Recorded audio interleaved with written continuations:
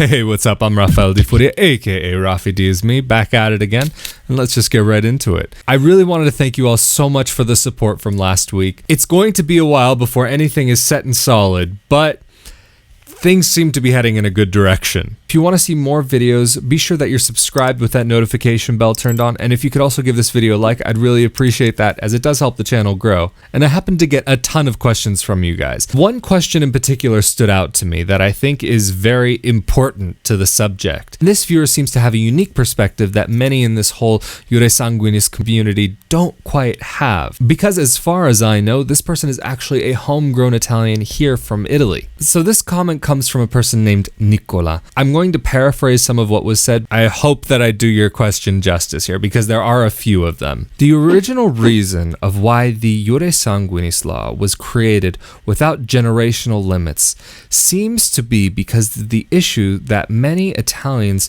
were forced to emigrate. And what I would assume would be the case would be generally economic reasons. But now it seems that for many descendants of Italians, especially from certain places, the goal is only exclusively the passport, the Italian passport that is, and do not feel any empathy with us. This first issue that seems to be raised is that people are going passport shopping and aren't looking for a practical use for having their Italian citizenship taken care of. And because of this, many people who sincerely want to live here in Italy have to wait extraordinary amounts of time for the paperwork to be completed.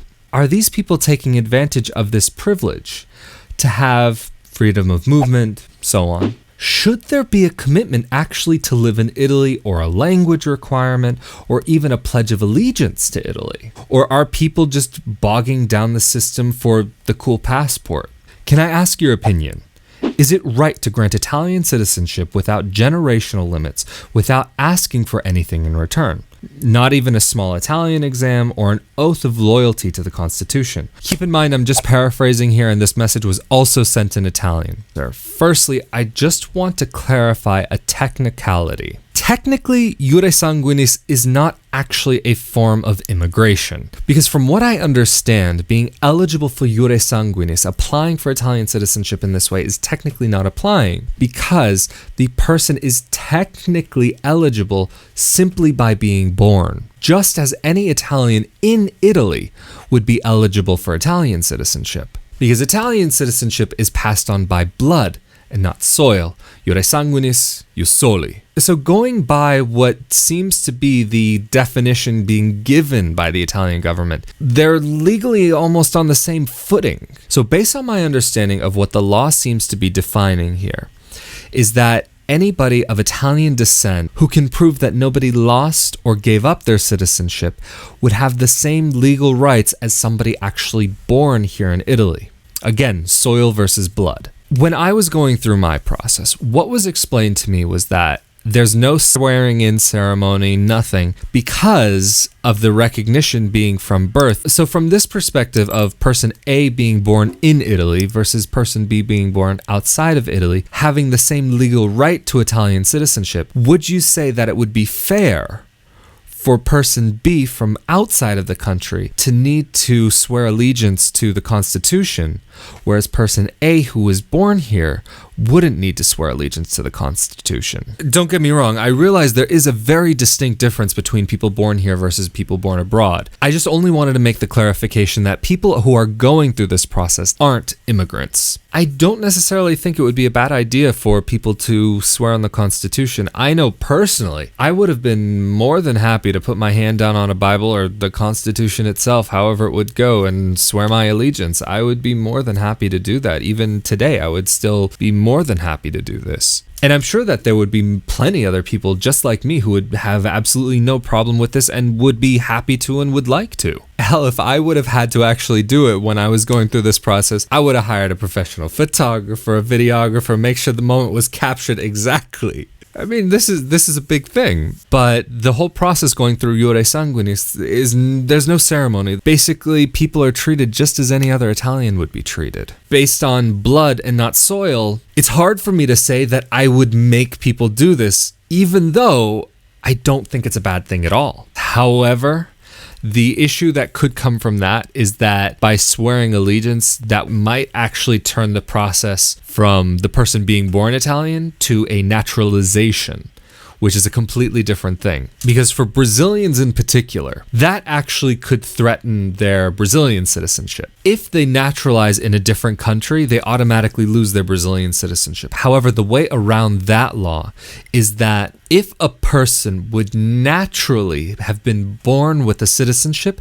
that would not threaten their Brazilian citizenship. And if a person loses another nationality, it may put them at risk of visiting family or friends back in the place where they've grown up. So at this point, while I do think it's a good idea, I can't fully stand behind it. And I would say in the majority of cases, people aren't taking anything more than what they're legally entitled to, just as any Italian citizen would be, even if they're born here. But keep in mind that this process is far from free. So the people who do apply for this aren't getting something for nothing. Just translations alone can cost thousands of euros. And actually submitting the document is another 300 euros. I do think that there might be some requirements worth having, but it's another point where I'm a little conflicted. I do think it might be worth putting some requirements in place, but based on the current Italian law as it is today, I don't know if I completely agree with generational limits. And this is on multiple levels, because where does that generational limit break? And when it comes to the people only wanting the passport just for the connection, just the fluffy good feelings, or just because they want to have it in their collection, I'm slightly conflicted on this point. Because on the one hand, they're opening up the door for future generations that might want to have the option to come back here, so that they could have their own choice rather than having the decision made for them. And technically, when it would come to citizenship, they would be on an equal standing and should have the same rights as one another, even though person A was born here in Italy and person B was not. So in my mind, it almost seems to raise a question of fairness between the two. Because again, we're talking about citizenship by blood, not by soil. Then again, when we go back to the idea of people who are just wanting the passport to have the passport, not actually live here in Italy, do I think that living in Italy should be required? I'm not going to say I think 100% yes, and I'm not going to say I think 100% no.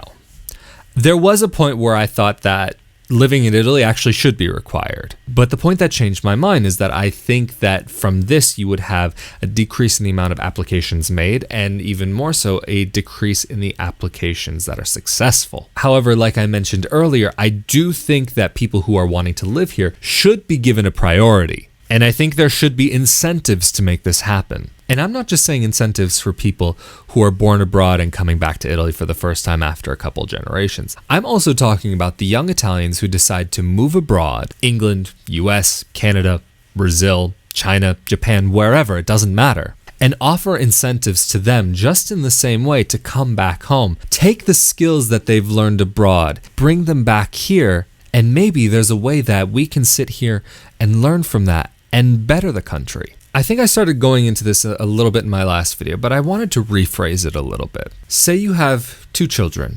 You love them both, you care about them both. You want the best education for them, you give them all the best opportunities that you can. But they're both individuals and they want different things from life. One wants to go to university and stay close to home.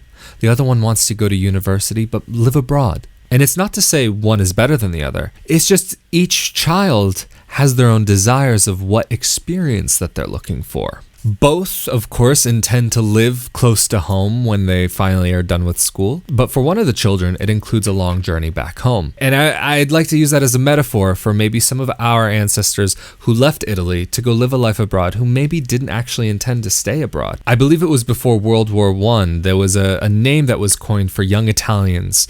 I forget what it was. I just was reading an article the other day because they were known for going back and forth to Italy for economic reasons. They would go to America, work, come back, go to America, work, come back, rinse and repeat. So it clearly showed that they didn't really want to stay, and it was mostly young men who are just wanting to work. I think that the Italian Americans, Canadians, Brazilians, Argentinians, everybody that's out there of Italian descent, I think we've gone out into the world, we got the better life that our families wanted for us, and we've learned what we can. And maybe it's time to bring that back home now. I'm not saying that there should be a reformation of Italy. I'm just saying I do think it might be worthwhile to see what our children have learned from life abroad, and to see what skills can be used and help further things here, the homeland. I realize there may be some homegrown Italians who don't like that and may feel that's a bit arrogant. And if I'm absolutely wrong on any of these points, I'm absolutely happy to hear the argument against it. And if I'm convinced that I was wrong, then I have no problem with changing my stance on things if I see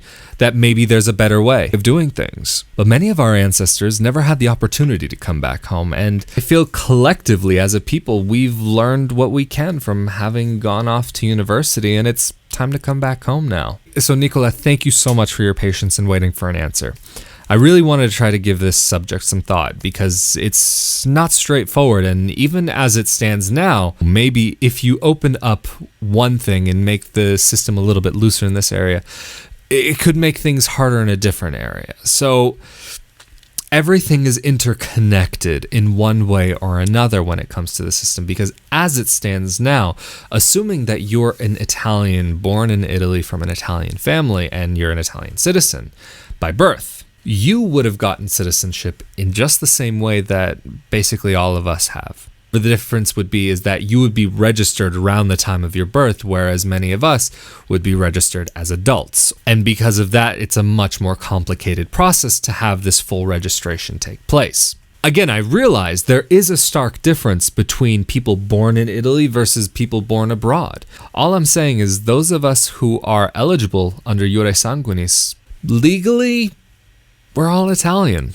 with all of the same rights. Anyway, if you want to see more content like this about Italy, living here, Jure Sanguinis, this whole thing, be sure that you're subscribed with that notification bell turned on, and if you could give this video a like, I'd really appreciate that. Be sure to come back next Friday for more, and as always, I'm Rafael di Furia, aka Rafi D is me, and I'll see y'all next time. Later.